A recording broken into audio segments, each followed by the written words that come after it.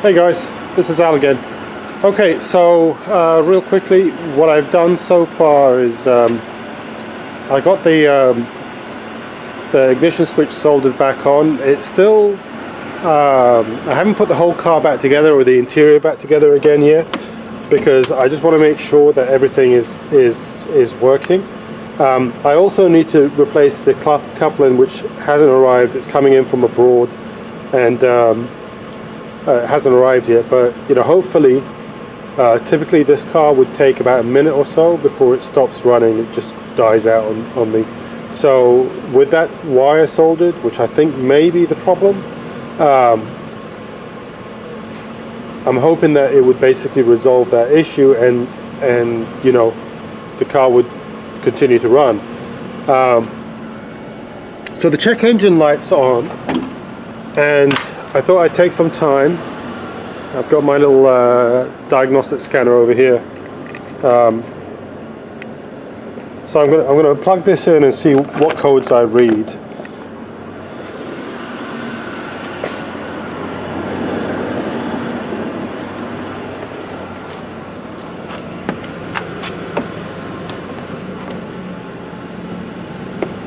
Be real careful around this car because it's so nice. Doors are locked.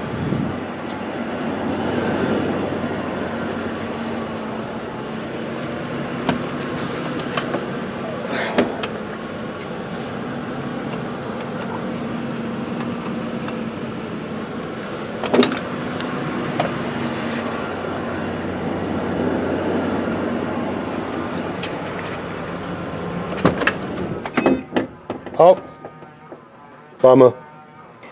So I guess I didn't solve the problem. Well, that sucks.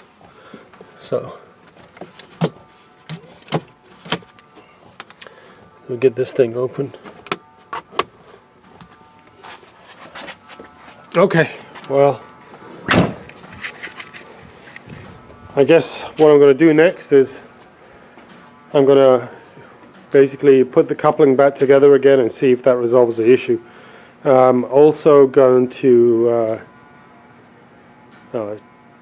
try to scan the car even though the ignition is turned off, and hopefully I might be able to pull some codes. I'm not sure if I can or cannot, but I'll try. Alright, well, I guess we're back to square one. Thank you.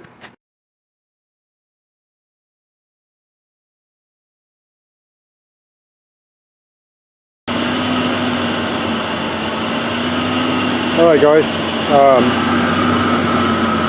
I started it back up again, and it's been running for a couple of minutes at least, so I'm going to sit there and watch it and see what it does. I don't know whether you can tell, but it's obviously warming up because you can see the, you know, it's burning off, I guess, some oil that's dripped on from the valve cover gaskets or something like that. But it's, you know, as it's warming up, that oil is burning away.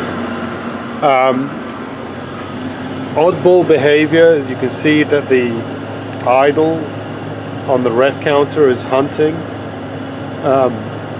It's sitting right now at around 700, but it kind of goes up and down and up and down. Not sure exactly what that's all about. Sometimes it jumps as if it's there's like a bad ground or something like that. So sorry about the quality of the video. I'm kind of a one-man show, so it's kind of hard for me to figure out how to do all of this stuff by myself. But it seems like it's holding for now. Temperature's coming up. Oil pressure's good. I ran the OBD2 tester against it, and I've taken some pictures, so I'll upload those to the forum so you guys can see them. I wasn't able to, you know, my scanner is pretty sophisticated, and you know, I've used it to scan Mercedes-Benz from the 90s, you know, the ones with the 38-pin connection. It's not had any problems doing that, but I couldn't get it to talk to the Rolls-Royce or the Bentley interfaces.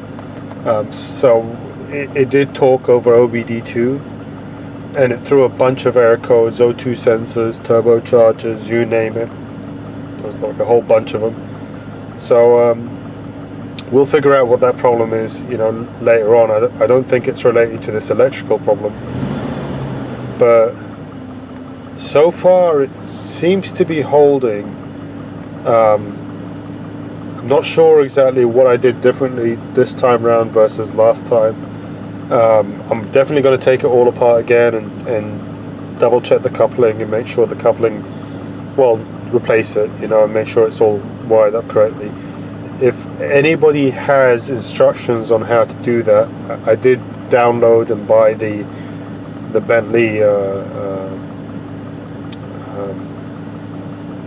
manual, you know, the electronic manual, but it's not clear to me because I can't search by this particular VIN. It just lists a whole bunch of ignition switches, and I went through a bunch of them and I couldn't tell which one pertains to mine. It doesn't look like any of them do. It looks like they go back either older models or newer models. I have no idea. So you know, so far it's looking good though. It's holding. Watch this. See how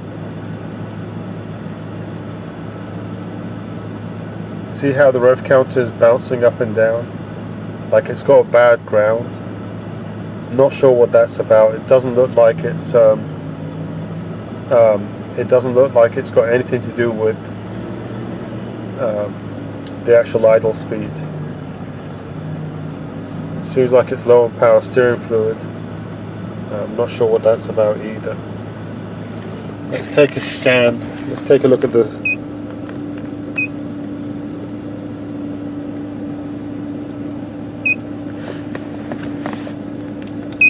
So we'll do an OBD scan right now, real quickly.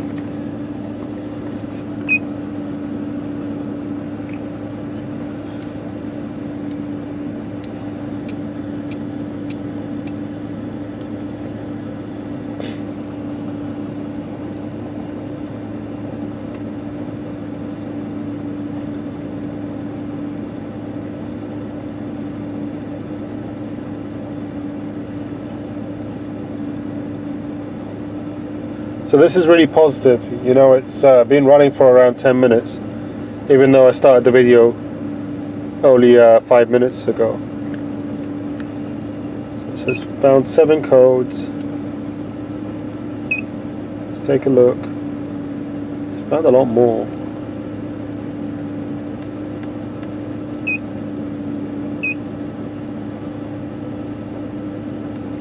So O2 sensor bank 1. Secondary air injection, turbocharger, wastegate solenoid A and solenoid B. You see that? Idle air control system. O2 sensor heat, circuit bank 1 and circuit bank 2. Those are all the codes. The pending codes are exactly the same. Take a look at the live data.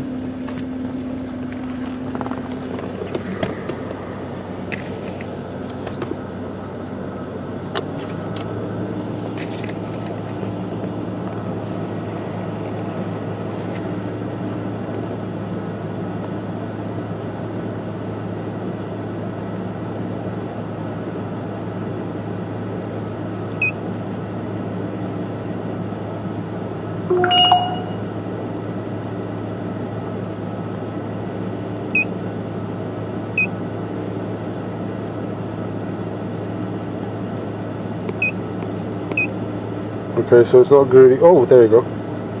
There it comes.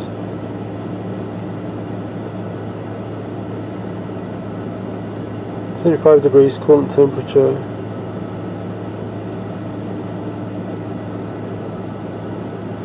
.800 RPM.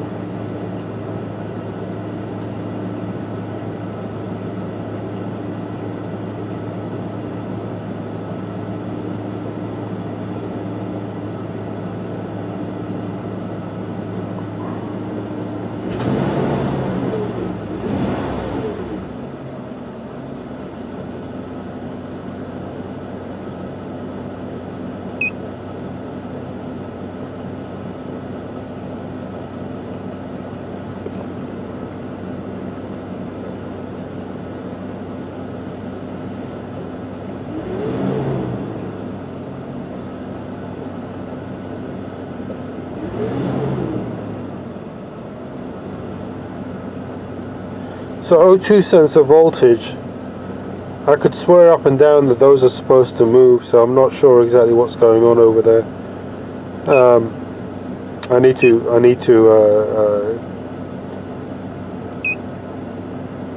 go and figure that out.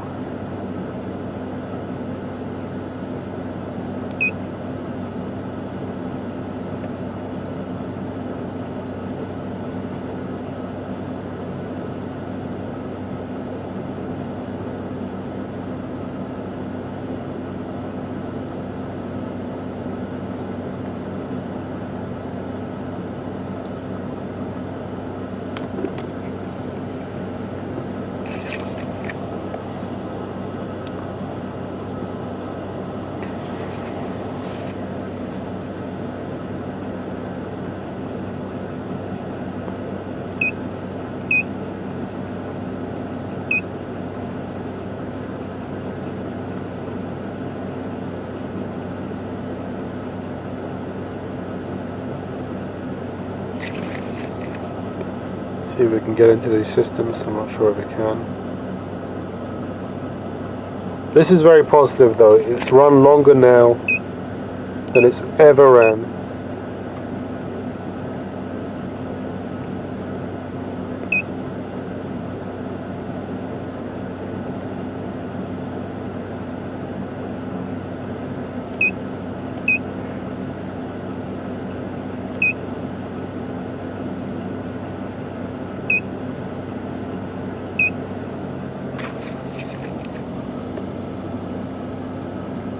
Alright, so when I hit raise, watch this.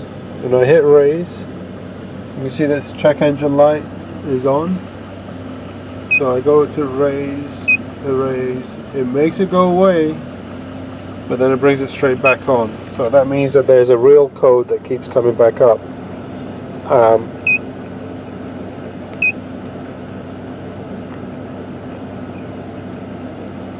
Turbocharger solenoid, idle air injection, and O2 sensor heater sensor bank 1. So these are the 4 codes that got stored that tripped the light again. So go figure out what those are. If you guys know, I'd be grateful for your advice on this. But it's positive. It's better than before. Thank you very much, guys. Appreciate it. Thank you. Alright guys, so far so good. The car's been running for about half an hour. Everything seems like it's okay. You know, it's idling okay, it's not bad. It does have a check engine light, and it does have a check engine light, and it's still throwing a bunch of codes. They appear to be, you know, real codes, not something that you can reset and they just go away until a diagnostic. They trigger right away. I'm guessing they have something to do with the O2 sensors or some other sensor that's basically tripping them, you know, pretty much as soon as they happen. But the car's idling well. Quick pinch of this hose, doesn't appear to be